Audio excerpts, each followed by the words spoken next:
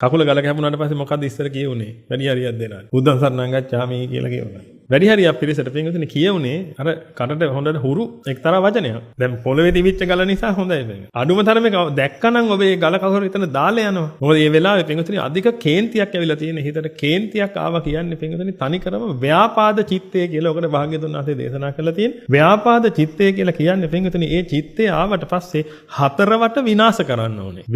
විනාශයේ පැත්තට නැඹුරු වෙන හිත පින්වතුනි. සියල්ල විනාශ කරලා දාන්න හිතෙනවා ඒ වෙලාවට. ඒකට හේතුයි කියලා කවුරු හරි කෙනෙක් දැකගත්තා නම් එහෙම පින්වතුනි ඒක නා විනාශ කරනවා ඒ වෙලාව. අපහාස කරනවා, නිඳා කරනවා, මොනවා හරි කරලා ආත්මයට හරි නිඳා කරනවා පින්වතුනි. එහෙම මොකක් හරි කරනවා. එහෙනම් නිගමන හිතලා බලන්න පින්වතුනි ඔබට වද දුන්නොත් කවුරු හරි කෙනෙක්. ඔබ කොච්චර මෙත්තාසහගතව ඔහොම ජීවත් වෙලා හිටියත් ඔබට වද දුන්නොත් එහෙම පින්වතුනි ටික වෙලාවක් යනකොට ඔබට ඉවස ගන්න බැරි වෙලා කේන්තිය කියන එක මතුවෙනවා. ඊට පස්සේ මේ වදයට ඔබ මැරෙනවා. දැන් මැරෙන්නේ කේන්තියෙන්. කේන්තියෙන් මැරෙන මනුස්සයට මොකද්ද වෙන්නේ කියලා මම ආය යමුතෙන් කියන්න ඕනේ නැහැ නේද?